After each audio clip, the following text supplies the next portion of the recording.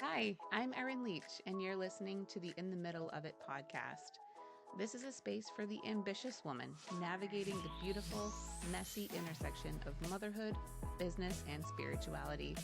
We're here to get real about what it actually looks like to build a life that feels aligned from the inside out while moving through the seasons that stretch and shape you into the best version of yourself.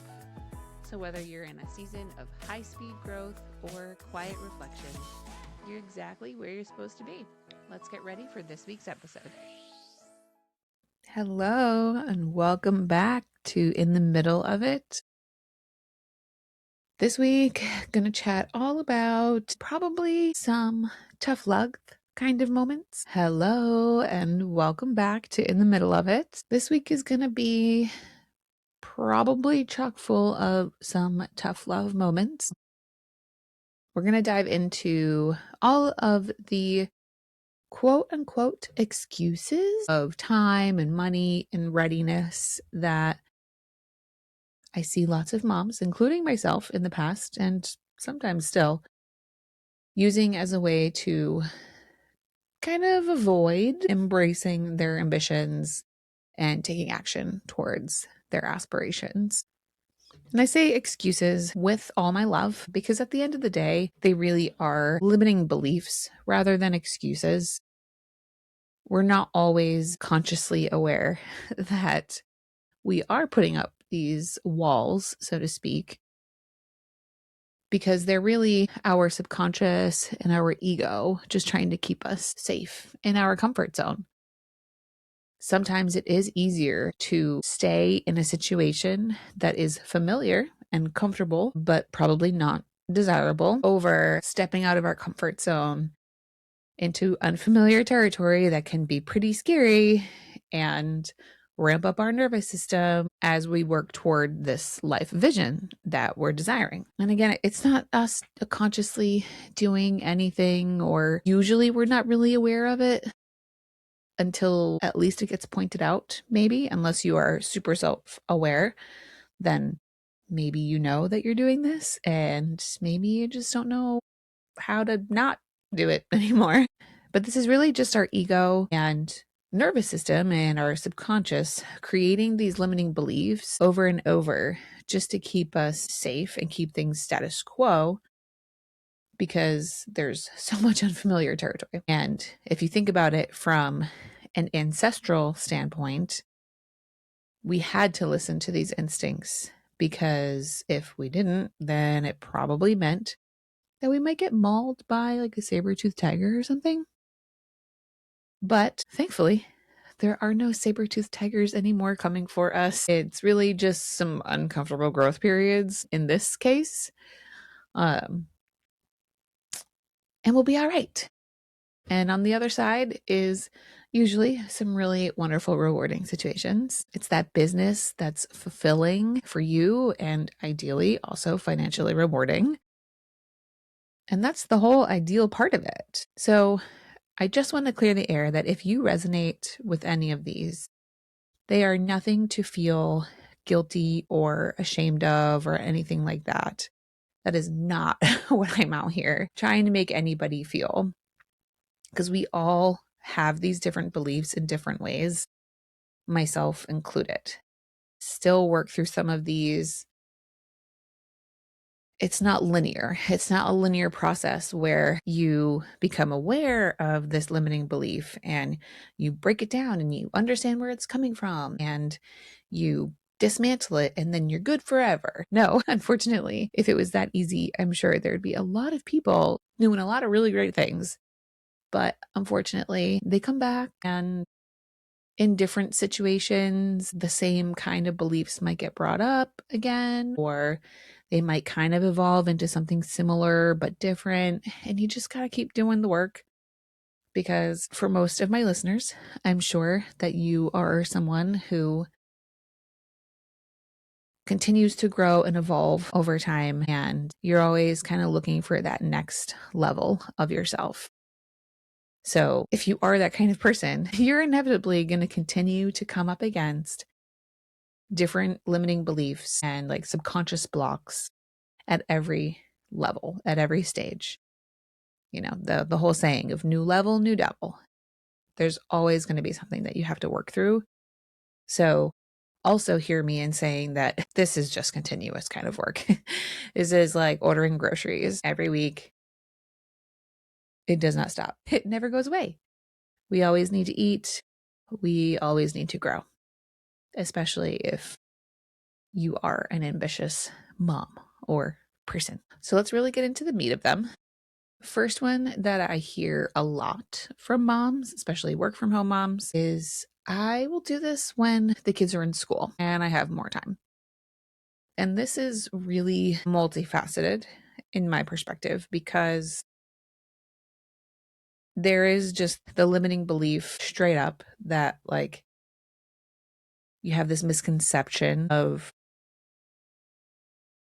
not being able to start taking action now, that you need to wait until the kids are in school and you have this like far bigger abundance of time available to you. When in reality, even the biggest goals can and sometimes really are ideally accomplished in very small, manageable chunks. It does not mean that you need to have a whole school day's worth of time, 5 days a week, in order to just get started. And sometimes it's probably better that we have these limitations anyways when we're just getting started, because then, like, I don't know about anybody else, but when I have a lot of time on my hands, I believe it's called the Pareto Principle, that you tend to fill that time with the same task that could get accomplished in much less time. So, for example, if, say, you drop your kids off in this idyllic future that you're waiting for, drop your kids off at school at 8 o'clock, you get home, whatever, you start working about 9, you got to leave the house at 2 to pick them up from school. So you got from 9 to 2, you get 5 hours of work. There may very well be something that you're working on that you will naturally expand to fill that 5 hours, versus if you only had 2 hours of like a nap time or 2 hours of like a nanny share or like a play date, co-working kind of a situation, then you're still going to get that thing done in 2 hours. Now, maybe sometimes that doesn't always work out, but when you have that concise amount of time, you're far more motivated to just like lock in, get rid of distractions, and get the thing done. Versus if I have until 2 o'clock, let me go switch the laundry, let me go do this. And then at the end of the day, you're like, damn, that thing took me 5 hours to do. No, not really. It probably didn't need to take 5 hours. So sometimes having these smaller chunks of time in the beginning of our kids' lives are actually kind of helpful in pushing us to be more efficient. And I know that I have certainly become more efficient with my time most days since becoming a mom. And I look back at my life before having Leon and soon to be Lewis, and I'm just like astounded at the amount of time I wasted because I just didn't realize how good I had it back then. And it's such a shame because if I had had the same efficiency then that I have now, my goodness, I probably would be leaps and bounds ahead of where I am right now. But it is what it is. Again, it's just like life circumstances that I had all that time. So I filled it up with lots of things. And sometimes they were, usually, most of the time, not like needle movers towards my goals. So there is that aspect of it, that big chunks of time may not always serve us best. And then kind of on that same vein, one really big one that I think is a big misconception with a lot of maybe entrepreneurs in general, but definitely new entrepreneurs, is that a business must take a lot of time to start. Now, granted, starting a business definitely takes more time than running a business. Once you kind of get the wheels going and the machine's flowing and everything's good, yeah, of course, things aren't going to take as much time versus in the beginning when you're setting up new softwares and like you kind of like feeling things out, things are still a little clunky. Yeah, they're going to take much longer. Right now, recording these podcasts and getting them out to you guys is still relatively new process for me. So, yeah, it takes me a little bit longer now versus eventually. It's definitely not going to take me as long.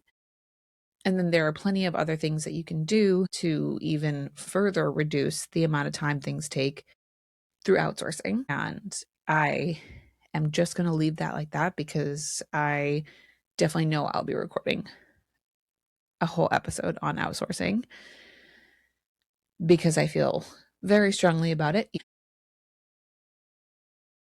But back to the overall concept that the overall misconception that having a business must take a lot of time. That is absolutely by far not true. And especially if you are a new entrepreneur, you're actually probably at more of an advantage than someone who is established and maybe pivoting or restructuring their business because you don't need to change things. You don't need to change workflows and processes. You can just set them up to be really efficient from the jump. Then you don't have to worry about these like reconfiguration type of things. So, what I mean by all of that is that there are strategies for sure around business in order to maximize the time that you spend in your business and the work and effort that you are putting in. Different strategies that may be more effective than others. There are certain softwares that we can use that are better, like a legitimate client management platform versus Google Sheets. Definitely way more efficient.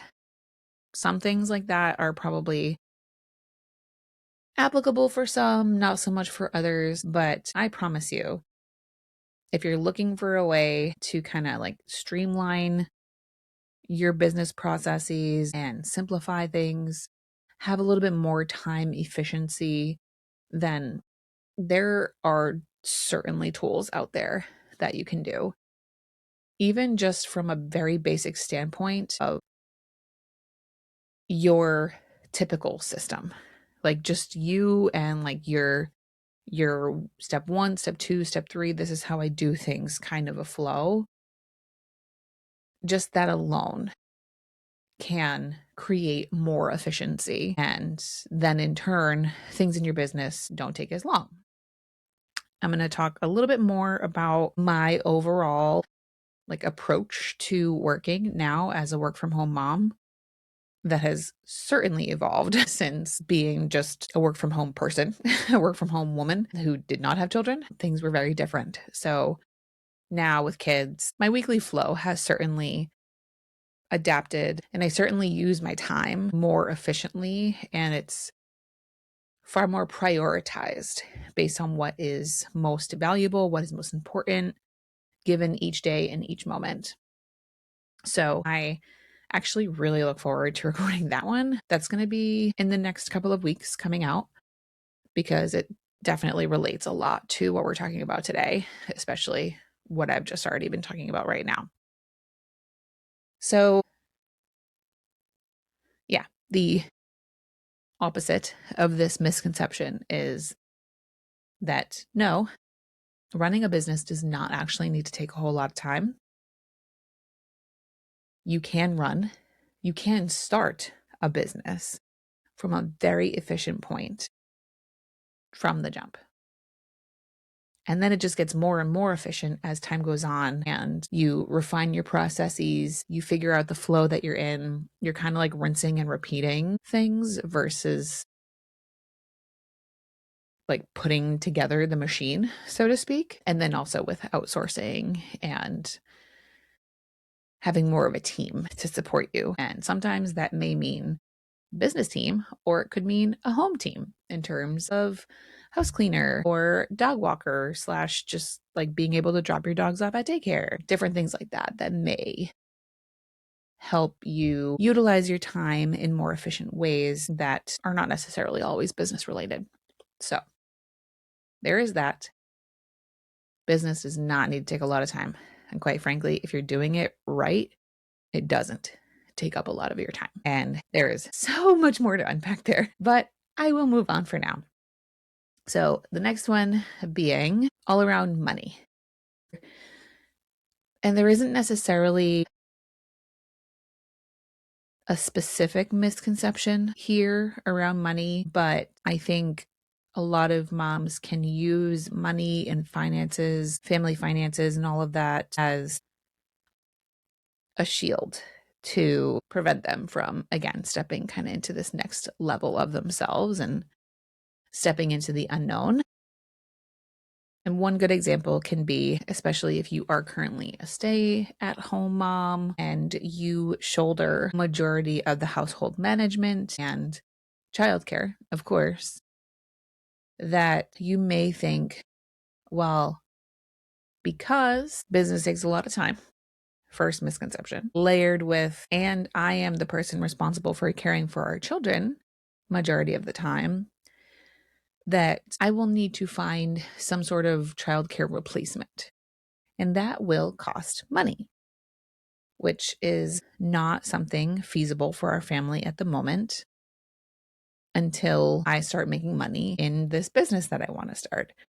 So it's kind of like well, what's supposed to come first, the chicken or the egg? Are you supposed to like maybe tighten the purse strings a little bit as a family and give yourself that time to start your business and create more wealth and more revenue coming in for your family so that then, like, you know, things balance back out again? Or do you wait until like maybe your partner gets a promotion or something like that and you have a little bit more budgetary financial freedom to hire, or you wait till the kids are in school? Again, kind of going back to that earlier misconception, so that you don't have to hire out any childcare.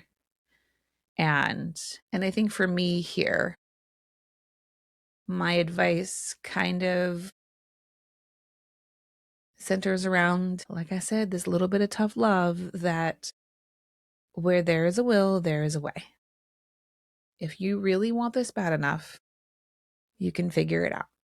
And that does not mean, because I will never condone this, that does not mean that you have to continue life as is and then stay up until 1 a.m. and give yourself 3-4 hours after the kids go to bed to work on this business or whatever. I truly believe where there's a will, there's a way. And there is always some kind of a way that if you want it bad enough and you get creative, you can figure out how to create some space and some pockets of time that you can have this dedicated space to take action, and whatever that means for you.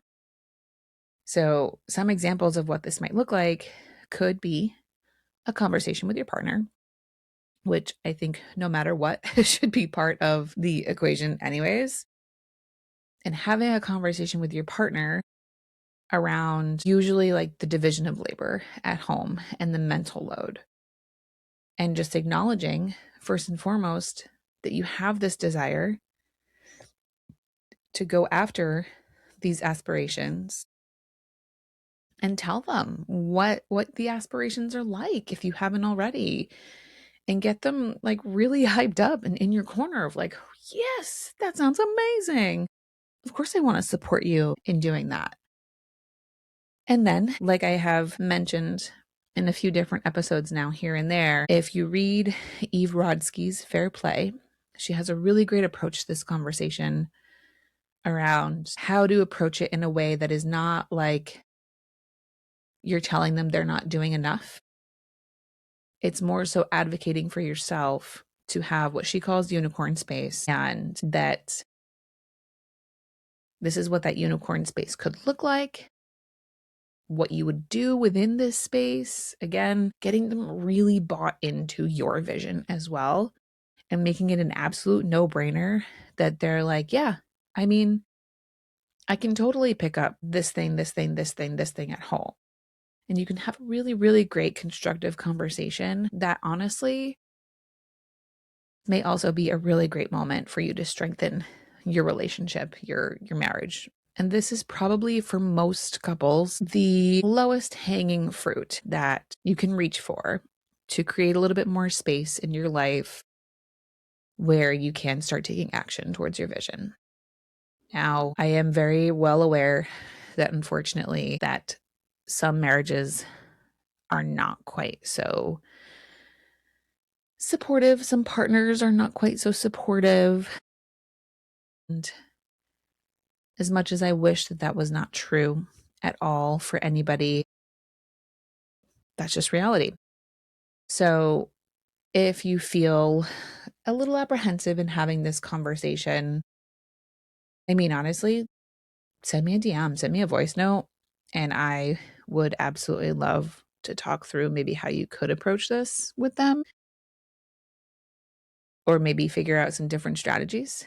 Because even though I personally feel like this is low hanging fruit in a nice, easy way, quote unquote, easy, maybe simple way to create some space for your unicorn space, it's not the only option either. So if you feel like going through your partner is not the route that you want to take, then that's okay.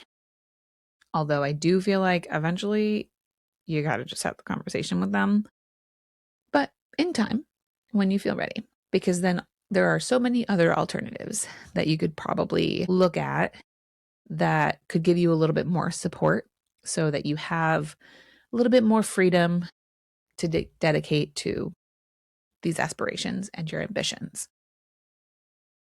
A couple of ideas just to ramble them off. First is that not everybody is going to have this village around them of support, meaning like moms, mothers in law, even just friends that are available or anything like that. This, like, quote unquote, free childcare kind of stuff. Not everybody is going to have that at their disposal. And that is okay because there are still different ways that you can go about figuring out this support system and creating your own village wherever you are.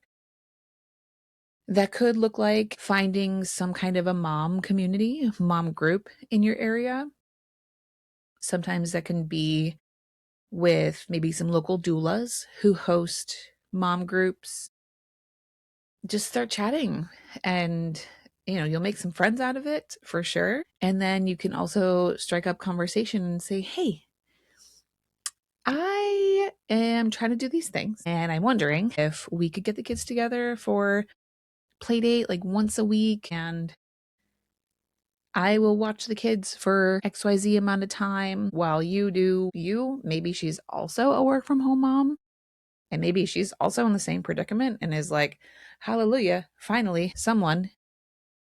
Or maybe she just, needs time to go run errands and stuff without kids in tow. And then vice versa.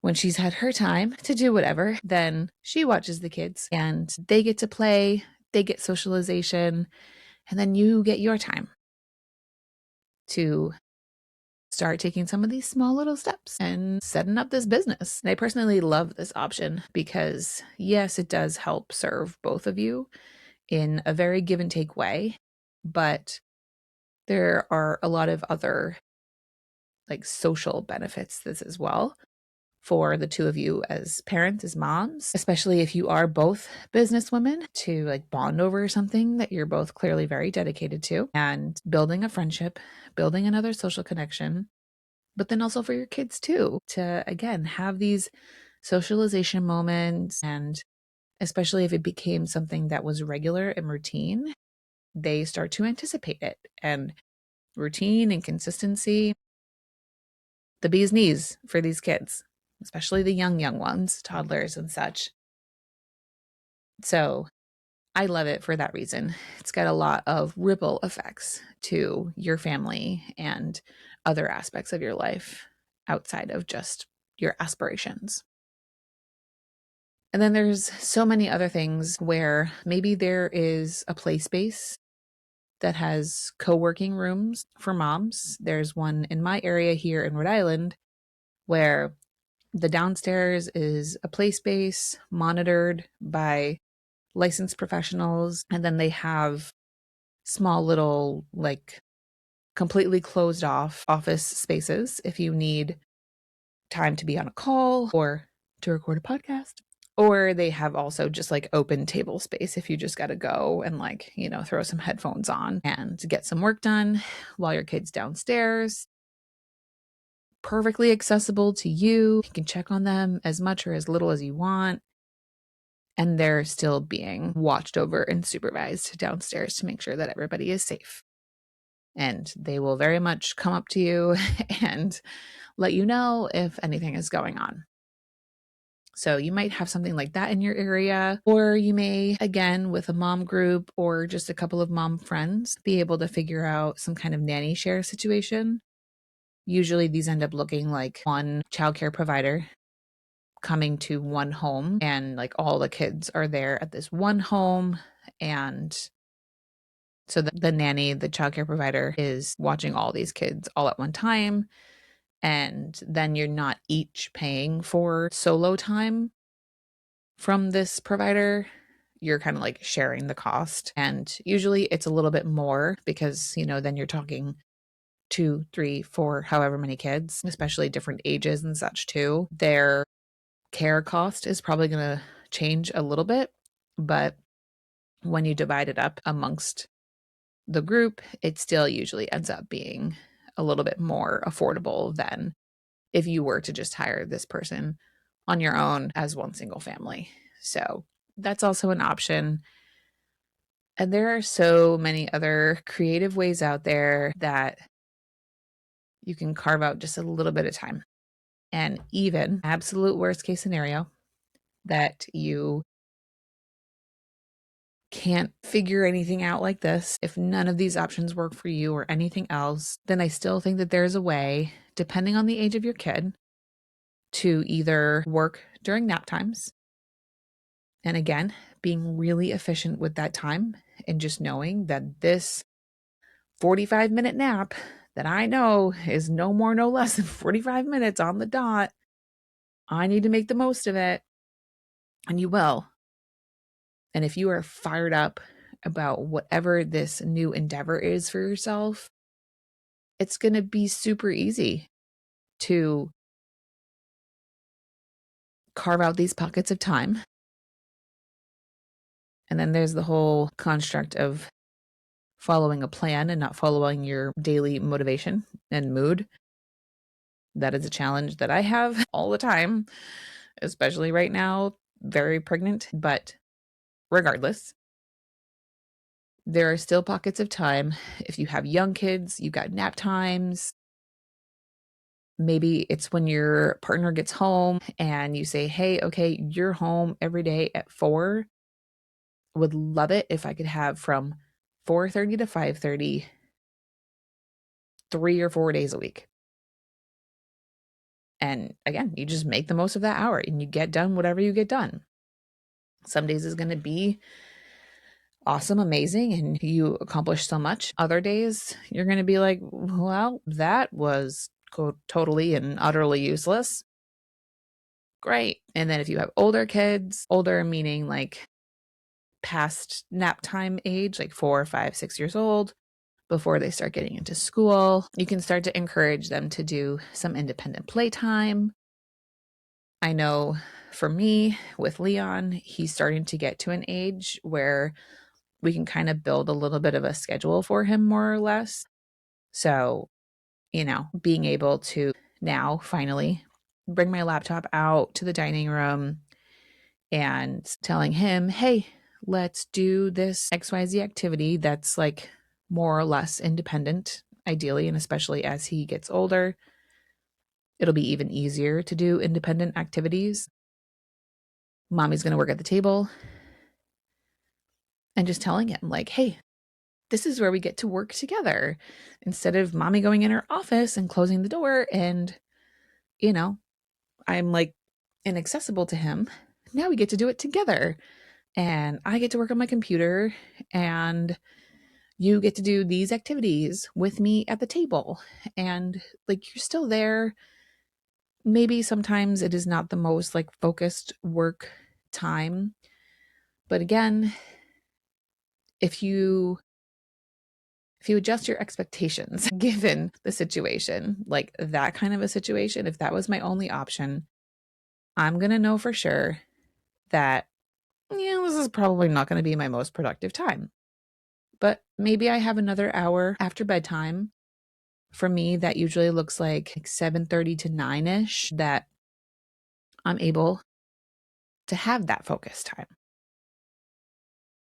So you just got to take a really good look at your family flow, your family system, and just get creative. And if you're finding it challenging to come up with these different strategies for creating some of this time and space for yourself, or when you do have these small pockets of time, like maybe your only options are nap time, bedtime, co-working with your toddler kind of stuff, then a really great practice to have is to remember why you're doing what you're doing. Why are you even bothering using this 45-minute nap time to do this work? You don't have to do this. You get to do this. And why? Is it because you know that it's going to be incredible for your mental health and therefore make you an incredible, more incredible mom, wife, etc.? Is your motivation that this new creative endeavor is going to create more financial abundance for your family and you'll be able to do things like splurge on your next Disney vacation or just take the Disney vacation period dot, or just have some fun money? Are you going to be able to create some like abundance buffer for your family? And is that your motivation? That's going to look different for every person. But when things get hard, and especially on those days where you're not feeling super motivated, that's going to be the thing to return back to. Like I said a little bit ago, following the plan, not following your mood. That is something that 2026 is the year that I follow my plan, not my mood. As a neurodivergent person with lots of mental health stuff and also just being a mom of young kids, my brain is everywhere. My energy levels are up and down any given day, even within the day. I could be so energetic and fired up first thing in the morning, and then maybe say by the time I get home after dropping Leon off at daycare or when my mom arrives to watch him for the day, and I finally sit down at my desk to do something, and that energy is gone. And I literally have it as a background on my phone now. I'm going to unlock my phone really quick just to make sure. So, yes, follow your plan, not your mood. Because I need that constant reminder. There are plenty of days that I have on my to-do list, record a podcast episode. And most of those days, quite frankly, I don't feel like it. But I remember why I'm doing this and who I'm doing it for. It is for me, for my family, for my kids, but also for you. And that is usually enough to keep me going. Those may not be my best episodes, may not be my best content, it may not be your best work that day, but you're still getting something done and you are being a woman of your word and maintaining that integrity of the commitment that you've made to doing this. And I want to wrap up with one last block, limiting belief, misconception, something. I really don't want to call it an excuse because it's not. That I hear a lot from moms is that I'm just not ready to do that. When you get through all of the other things and at the end of the day, you're still feeling resistance to starting to take action. Usually there is some form of feeling not ready enough yet to start making change and start taking action. And to that, I just have to say, again, follow the plan, not your mood, because you're never going to feel ready. It's just the sad, unfortunate truth. Were you ready to be a mom? Probably not. Not like fully, completely down to your core ready. There's always a little smidgen of you that's probably like nervous, anxious. Am I ready for this? Oh my gosh. Like, you get like the cold feet kind of a feeling as you anticipate your kid's arrival. You weren't ready for that. And if you look back on your life, I'm sure that there are plenty of examples where you were not ready for something and life just lifed anyways, and things happen and you still rolled with it. You figured it out. And it might not have been very pretty, but that's life again. As long as you remain grounded in your vision and your motivation for that vision. Return to your why. Remember why you're doing this. And that will likely help subdue a little bit these feelings that you're having. But really, at the end of the day, throughout all of these misconceptions, taking action is what's going to quiet them and then eventually silence them. And they'll rear their ugly heads back up from time to time. Like I said, this is not linear. You don't just check the box on these beliefs and then that's it. They will likely morph into something else as you grow and scale and succeed. But starting to take action, starting to move and do things is going to create the clarity that you need around the village that you need, the support that you need. And you're going to also create more confidence that you are absolutely ready for this. At the end of the day, all of these things can probably be traced back to some form of a fear and apprehension. And again, it is nothing to be ashamed of because it's just our subconscious and our nervous system just keeping us safe. But they are very, very, very antiquated systems, and they can't tell a saber-toothed tiger from an ambitious goal. They don't know the difference, but you do in your conscious mind. So you just got to start taking little steps, even if it is so simple as like using ChatGPT, Gemini, whatever flavor of AI that you like, and like exploring the option of whatever like creative endeavor that you want to go on, and looking for resources, or just go on TikTok and find examples of other moms who are doing similar things as you or that you want to do, and find the confidence and the validation in some of those examples. And I'll tell you, the second that you start taking those little bits of action, again, first of all, you are going to start feeling more confident, but then to bring in the spiritual realm to all of this, the universe is going to see that. It's going to see, oh, there she is. She's finally doing it. Finally, that intuitive voice in the back of your head is going to start applauding your action and will start rewarding you. Not rewarding, but will start providing you affirmations in the world around you that you're on the right path. Yes, I see you. You're doing it. Here's more. Here's more support.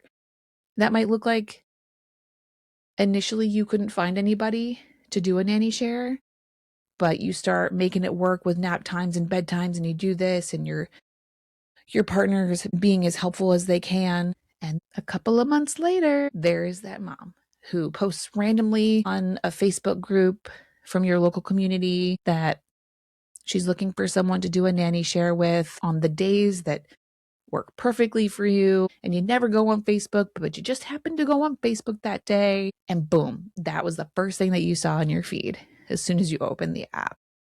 Like stuff like that, these synchronicities are going to happen more and more as you start taking this inspired action fueled by this vision and the why behind it all. That's why those things are so, so important to keep in mind. You don't need the whole map drawn out in front of you. You just got to know the first couple of steps, and you just got to take them. And the action is going to be the complete antithesis of all of the anxieties and fears and quote unquote excuses that you have to why these ambitions, this creative endeavor, this vision that you have is just not possible. Yes, it is. It is entirely possible for you. And whether you've been thinking about it for 2 weeks, 2 days, or 2 years, or longer, it sticks with you, as I mentioned last week, because this is meant for you. And if you're still here and you're still listening, I hope some of this really lands with you and has ignited some kind of a fire within to start taking some kind of action. I believe in you. I know that you can do it. You have done 1,000,001 hard things before. First and foremost, you've had some kids, at least one, and that is hard. Every day is doing a hard thing when you're a mom. I know you can do this. Just give yourself the time and space to figure out what this vision looks like. Even just the vibe of the vision too. You don't have to have all the details. And then bring that to your partner. Share it with them or share it with your best friend. The more that you talk about it, the more invested in it you're going to get, the more excited about it you're going to get. And along the way, again, any challenge that comes up, revisit this vision and revisit the why behind it, whether it's for you, for your kids, for your family, all of the above. That's going to be the fuel that keeps you going on the days that your mood sucks and you just don't want to keep going. So I'll leave you with that for this week. Thank you so much for listening to this. It's been a little bit longer episode than I normally have been doing lately. But it's a lot of stuff that I have felt very, very passionate about, clearly. So with that, look forward to talking more about all of these things in the next few weeks. For now, as always, I am Erin Leach, and this is your reminder. You have the power to make anything happen. I'll see you.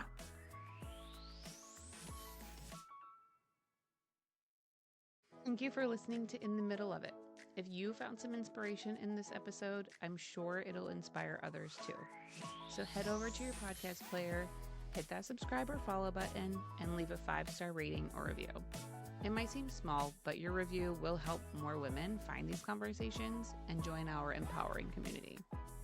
You can also empower the women closest to you with a simple, "Hey, this made me think of you." So text this episode to a friend or maybe even your mom. Whoever in your life is also in their own messy middle.